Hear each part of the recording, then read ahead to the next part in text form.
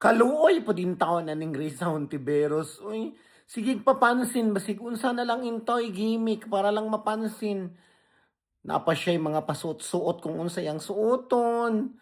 Napa siya'y pa Ilonggo-Ilonggo, pa Bisaya-Bisaya para lang gid taon higugmaon siya sa tanang katawhan.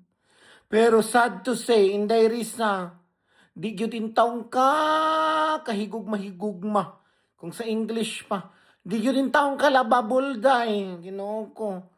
Ang insaon na lang imong PhilHealth ug ang imong insertion mo to'y nahigugma nimo. Ako pa ni Morisano magsuot na lang kag Tivac.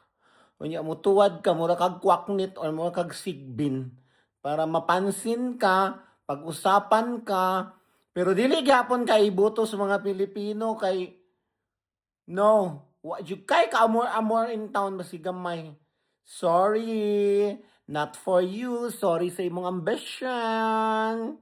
Not today, not in 2028.